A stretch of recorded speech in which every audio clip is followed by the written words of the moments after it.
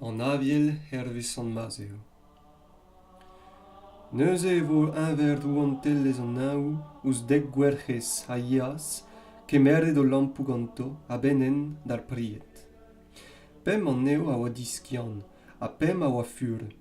Rag ar pem diskian a gemeraz o lampou hep degas e oul ganto. Ar de fur a vad, gant o lampou, o devoa kemeret e oul e fiolennou. Evel matale ar priet da zon, em lak join ol da voredi a da gousket. Ogen e kreiz an nons e tarz un hopaden. Setu ar priet o ton, id en arben dea. Neuze e ti hunaz an ol wer c'hezet se, a gini da gempen o lampou. A garde ziskian da lavarout d'ar de fur, ar doi dim eus oc'h e oul, ar da gol lampou a zo o vont da vervel. Ar de fur a va da respontas, gant aon na vefe ket a walc'h evidon hag evidoc'h, it kentoc'h da di ar varchadourien da brena deoc'h. Met e pad mazein da brena et e gwezaz ar priet, a garde a oa prest a antreaz gantan, er zal euret hag a voe prenet an nor. Diwezatoc'h et te gwezaz ive ar gwerc'hez edal en ul lavarout. Otrou, digor deon. Emma a respontas deo, e gwirionem el lavar deoc'h, noch an avez an ket. Bellit e tap an ouzoc'h nag an dei, nag an eur. Ra ginvel eo an traoù ouz en den o vont kuit d'an estern vro, a c'halvaz e servigerien hag a fiziaz en no e vadou. Da unan e roaz pem talan. Denal daou.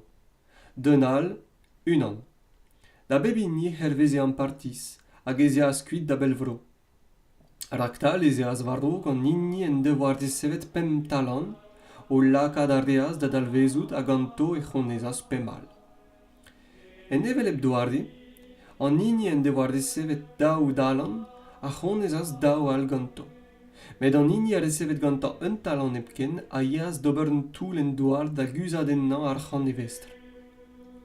Pel amzer goude e teu en dro mestr al servigerien, hag yen da sevel kont ganto. Tostad a ra an nini en devoa bet pem talan, ha kinig a ra dean pem talan al en ur lavarout. Mestr, pem talan az poaroet din. Setu amman pem al am eus gonezet. Mat e servigeur mat a feal, emet eñ e vestr. Pegur out bet feal e nebet a dra, e lakin a c'hanout war galz, ke e barz levenet a vestr. Don a reaz de dro an nini en devoa bet daou dalan. Al lavar a zive, mestr, daou dalan az poaroet din, setu amman daou al bet gonezet ganin.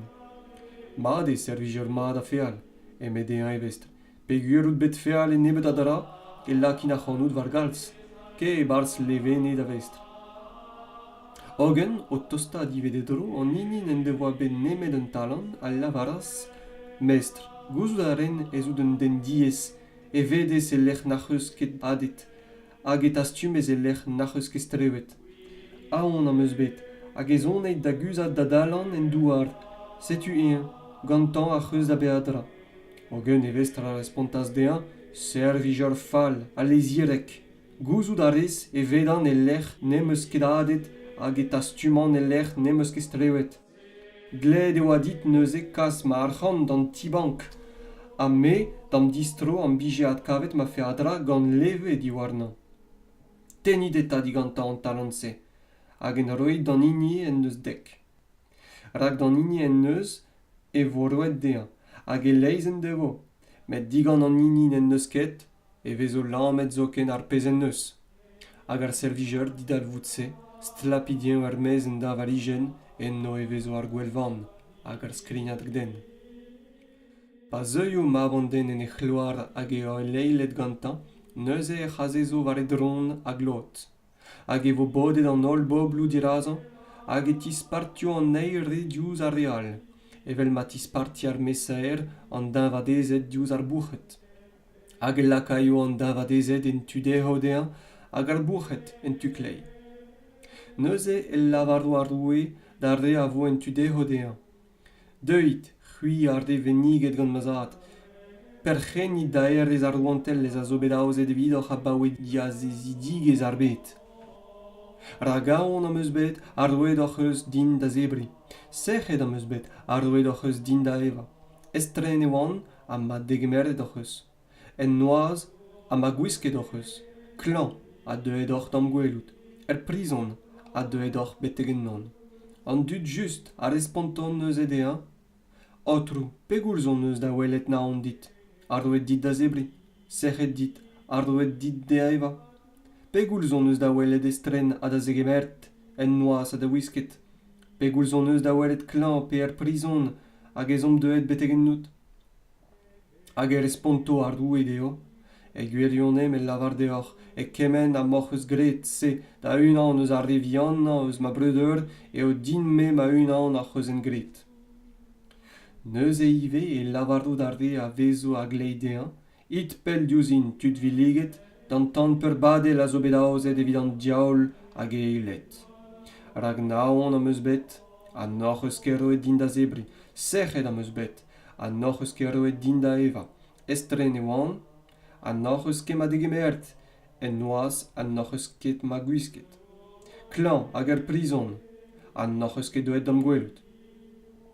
Neuze, inive, al lavardo dean, otro pegoulz on neus da welet naon pe sec'het dit, pe estren, pe en noaz, pe glan, pe prison, a non eus ket da chikouret.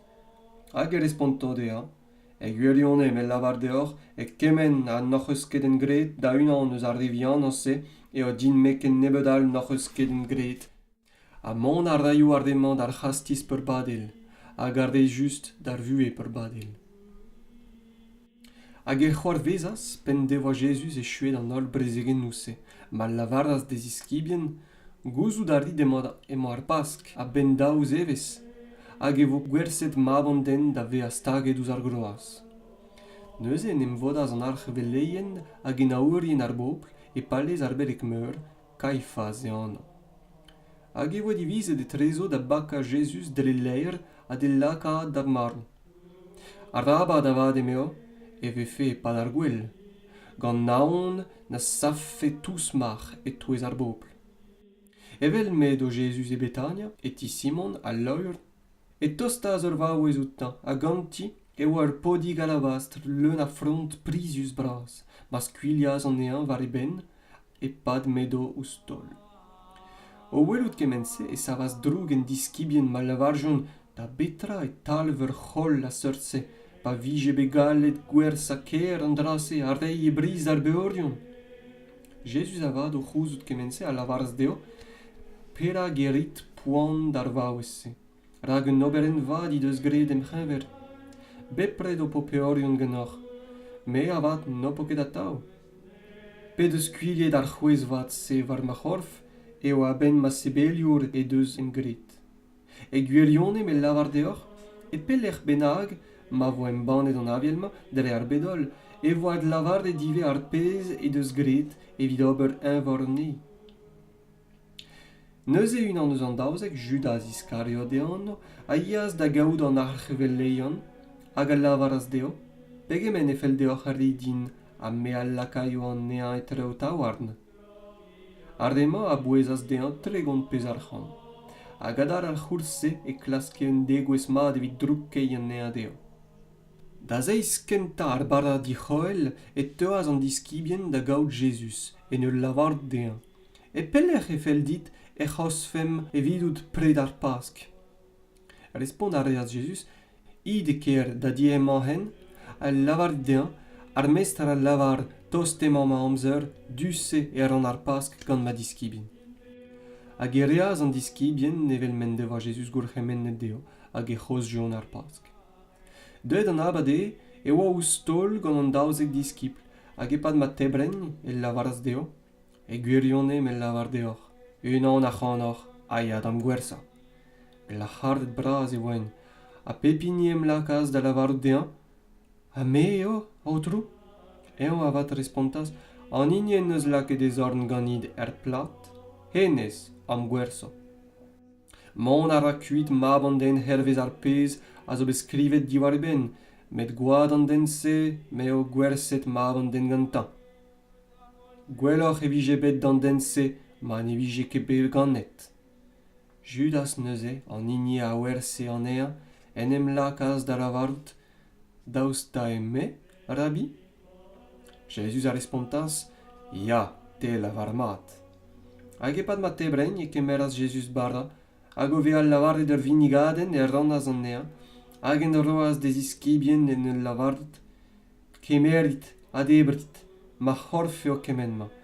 Goudeze o vea kemeret ur c'halir e lavaras ur beden a drugarri hag e roaz deo en ur lavarut, evidol dioutan, rak ma gwad eo kemenma, gwad an emgleo, an ini skuiliet evit engroez an dut, evit pardon o fec'hedou. En lavarout a ron, ne evin muidi war vremañ eus ar frouez ma eus ar winien, beteg an deiz se, ma c'hevin inni neve hag evret gannoc'h an tellez ma zad. Goude be a kanet ar salmou ez eijon ermez e trezek mene an olivet. Neuze, Jesus a lavaras deo, c'huio ol fenonz hag avo en on un abeg a bec'het, rak skrivet eo. Skei a rin gant ar mes a a slabezet e vo a bep tu dinvet ar bagant. Met goude ma vin a tsavet da veo, ez in en o rok e Galilea. Respon a reas neuze per o lavard dean, a pas zeufe an ol da gaout droug skol en abeg dit, me avat, nem mo morse. Neuze Jesus a zisklearias dean, e gwirionne me lavar dit, en nozman, a rog da c'hiliok kanna, e o dre der gwech as po ma dian zavet. Per a respontas, a parangfen mervel genit, nan, da zian a ne rinket, hag an ol ziskibien a lavaras kemendal. Neuze ez eas Jesus ganto d'un damani an oet Getsemani, hag e lavaras des iskibien, az ez idam ma e pad ma zin duhon da bedi. Hag eo vea kemeret gantan per a daou vab Zebedea, e teraouaz trist digez hag anken da gregien nan. Lavardou ar reas neuze deo, trist eo ma ene da vervel, chomit amañ a belit genin. Hag o vea eid un tammik larkoc'h, e kouezaz war ez rem o pedi hag o lavarout, mazat, mar gelse bea, ra belai o diouzin ar c'hardiliad ma. Koulz koude ra vo gred, ne ket ar pez a fel din me, met ar pez a fel dit. Don a reas goudeze da gaout ez iskibien, hag e kavaz an eo kousket, mar lavaras da ber, e vel se, noc'h eus ket gallet belia un eurvez ganin? Belit a pedit da chomet mon e bardan temptadur, kredus e ar speret, met gouan e ar c'horf. Adare evit an eilgwech ez eas larkoc'h, hag e pede o lavarout. Mazat, mar ne c'hell ket ar c'haliriad ma tremen heb bea evet ganin a ra vo gred da youl.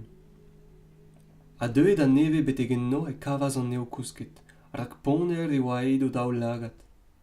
O lezel an neo adarde, ez eas da bedi evit an tre de gwech, o lavarout c'hoaz an nevelep komsou. Neuze e tistroaz da gaout ez iskibien nag e lavaras deo, emañ c'hoaz o kousket hag o tiskuiza? Setu deuet an eur ma vo laket ma vanden etre da war nar becherion, savit, deon, setu mem tost an ini am gwerzh. Edo c'hoaz o komz, pas e gwezaz Judas, unan eus an daouzek, hag an tan ur strorat niverus a dut, klezeier a bizier ganto, kaset gant an archeveleion hag en aourien ar bopl. An trubarden dewardoet ar sinman deo, an ini a bokin dea, henez eo, krogit ennan. A kerken, o tostadouz Jesus e lavaras, salut, rabbi, hag e pokaz an ea. Jesus avad a lavaras, ma mignon, petrarez gant se. Met neuze o tont da vetan et holjon o daouarn war Jesus hag e krogjon ennan. A setu unan eus arde a oa gant Jesus, a stenaz e zorn, a denaz e gleze, hag o skei gant servijer a belek meur e trochas dean e skouarn. Jesus neuze a lavaras dean, lag en dro da gleze en e feurd. Rag arde a gemer ar c'hleze a varou dre ar c'hleze. An c'helfen ket a gav dit pedi mazad hag e kas fedin war an tol ouzpen daouzek ar meadeilet. Met penons neuze teufet a wir a skriturioù a lavaret le an traoù de gwezou de velse. Dan ampoense e lavaras Jesus dan dut, evel e trezeg ul leir or c'heid varrouk gant klezerier a bizier d'an poka. Bem de avad evezen en temp o kelen a zezet a noc'h eus ket kroget en non, met kemen ma a zo c'hoarvezet ma vo kaset da ben skriturioù ar brofedet. neuze e ol ziskibien o tilezel an ea a dechas kuit. Ein ya vat over kroget de Jesus a zegazaz an ea da di Kaifas, ar belek meur, e lech men em vodaz ar skribet hag en aourin ar bopl.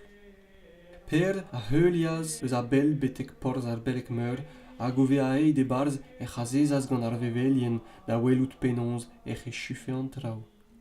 E ket se e klaske an ar cheveleion hag ar c'huzul a bez ur fals testeni a enep Jesus, e sel degaz d'ar marv. An e gaven inebet, daoust maouet deuet meur a inni da zougen fals testeni. En diwech e teuas daou, hag al lavardas, hennez en eus diskleriet, temp doue a c'halan diskard, hag en tri devez, en at sevel. Neuze savas ar belek meur hag el lavaras dean, ne respontes netra.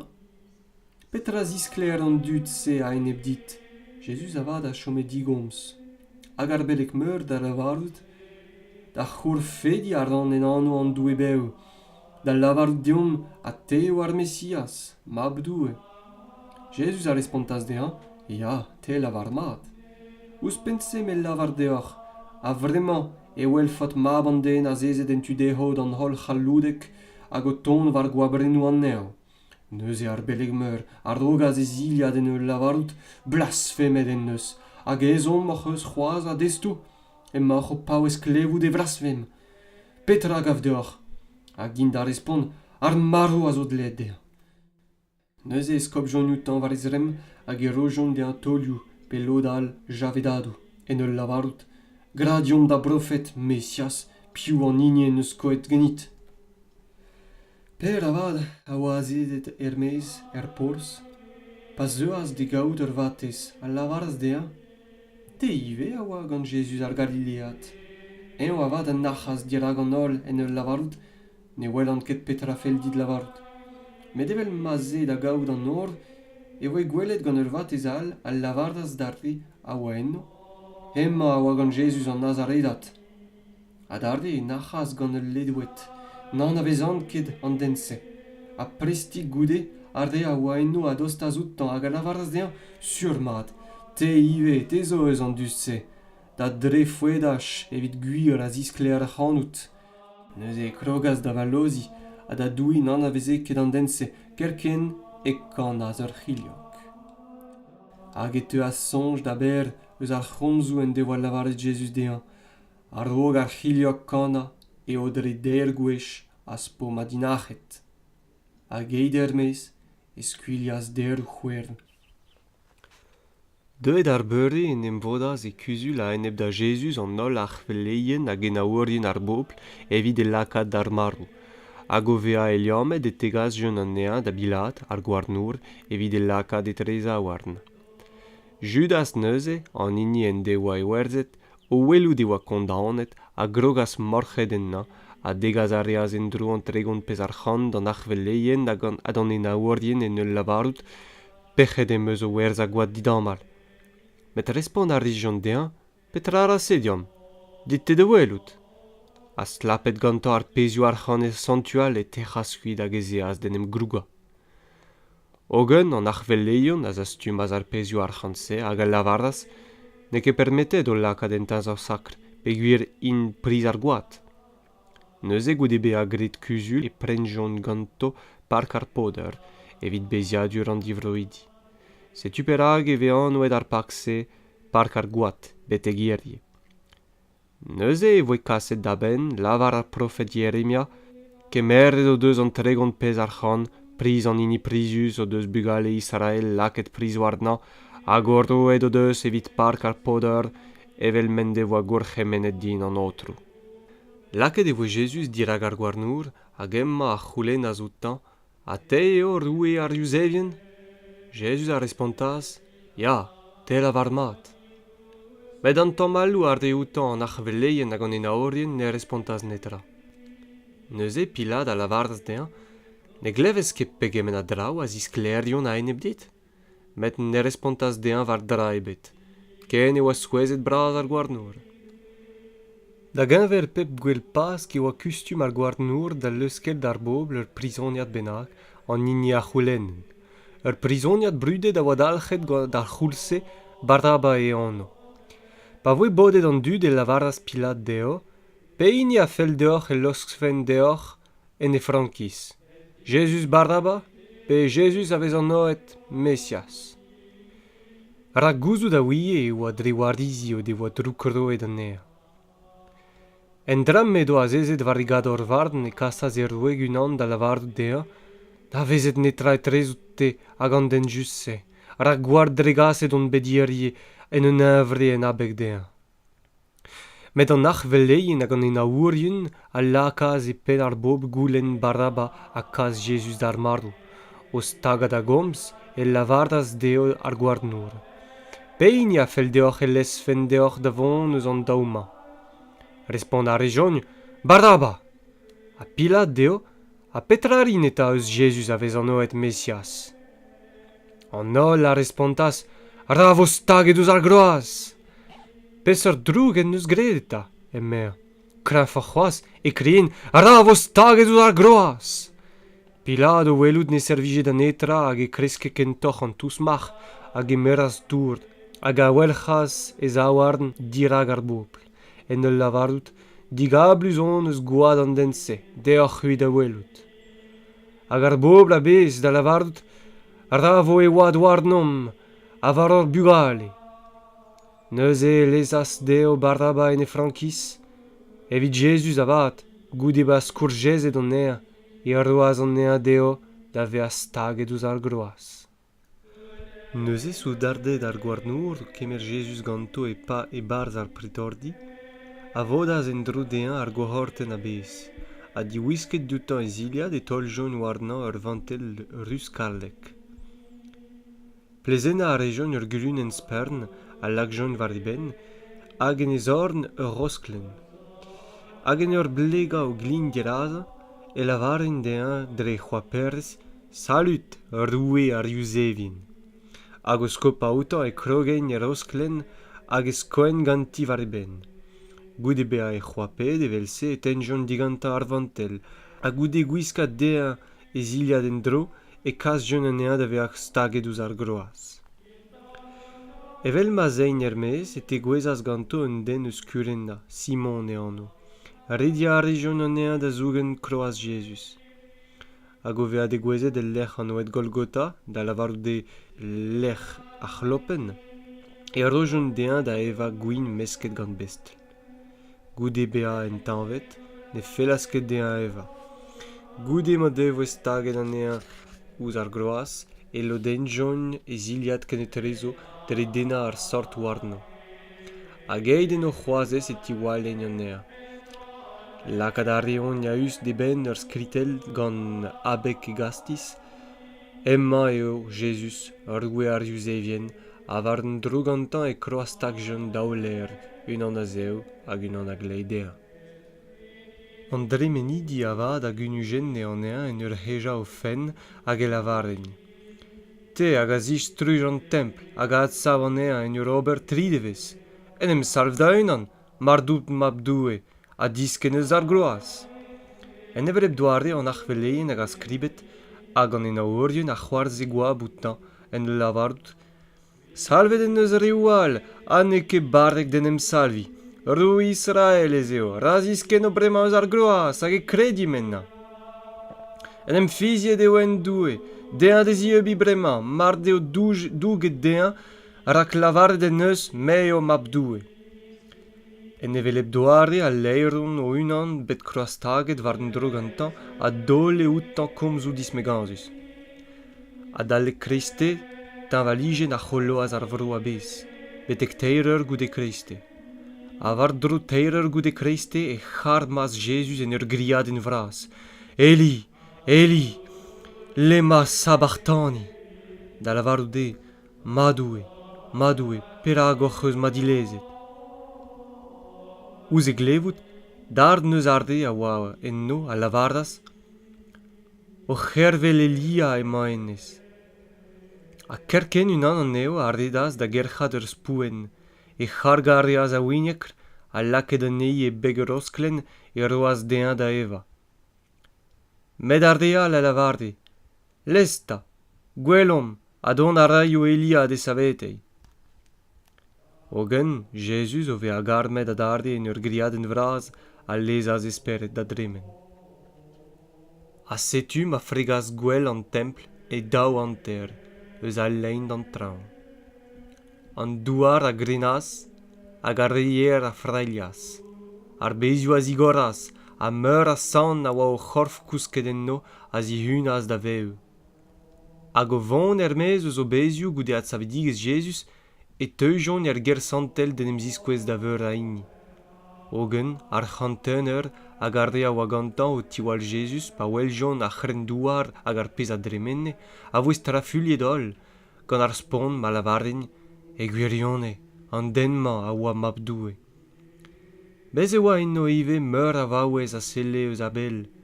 O devoa euliet Jesus a dalek Galilea en ur servigi an ea. En o zouez e oa Maria Magdala, Maria mam Jacques a mam mibien Zebedea. Deuet an abade e te gwezaz un den pinvidig eus Arimathea, Joseph e Anne. A oa ive diskip da Jesus. Emma a yas da gaout Pilat da c'houlenn digantan korf Jesus. Neuze ero az Pilat urz de rei dea. Ove a kemeret ar c'horf, Joseph a bakaz an ea en ur lisel net, hag a lakaz an ea neve en devoa toulet er roc'h evitan e unan. A goude be ar uliet ur men braz ouz toul ar be ez eaz kuit. Hag enno edo Maria Magdalen hag ar vardia al a zezet a dal d'ar be. An deiv ar lec'h, da lavar de an dei goude an ozadur, en em vodaz an archveleien hag ar farzianet da vont da gaout Pilat. Hag e lavarjon dea. O trou, sonj an eus en eus lavaret an touel er se pa oa bev c'hoaz, goude 3 dedvez e ti unin da veo. Ro urzeta da ziwal ar be, gant surente beteg an 3 dei, gant naon na zeufe ziskibien da lerez e gorf a na lavar fend ar bopl, di unet eo a douez ar evardo. Gwasoc'h e dan inigenta e vefe an doueladen diwe ama.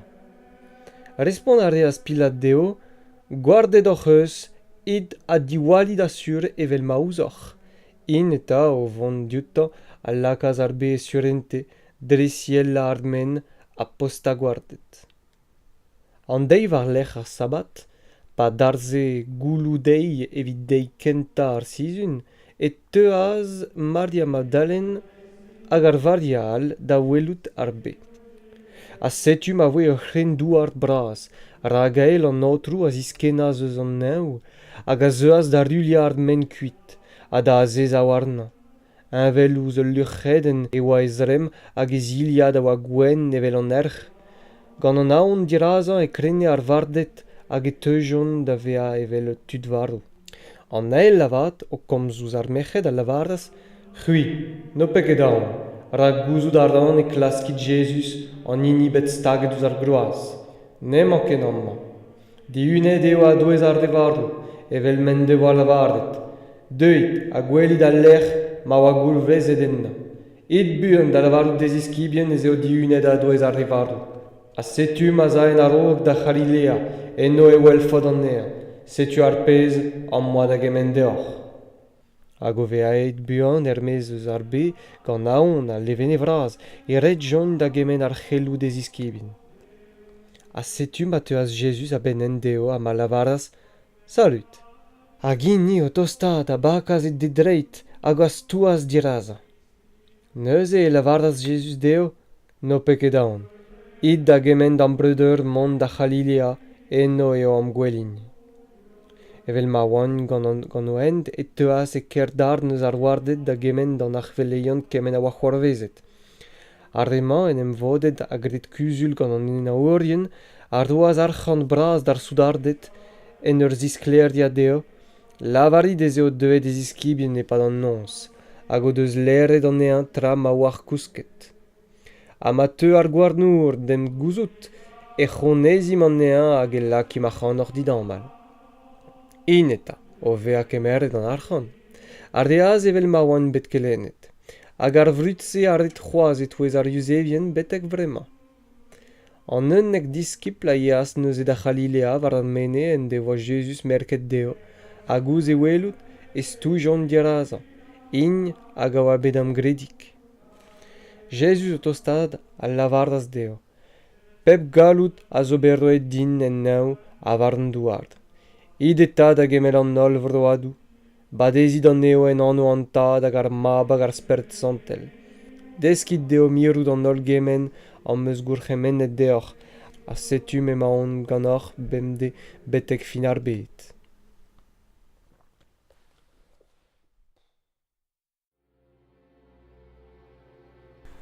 Echuom gant ur beden evit Breizh. Breizis, kwezom d'an daoulin hag eb falgaloni. Pedom Jesus da gemer trueus ur broni. Breizh diskardet ur pillet ne beutoc'h askedo. Varodou ar c'hornaouag na dinvar e vezo.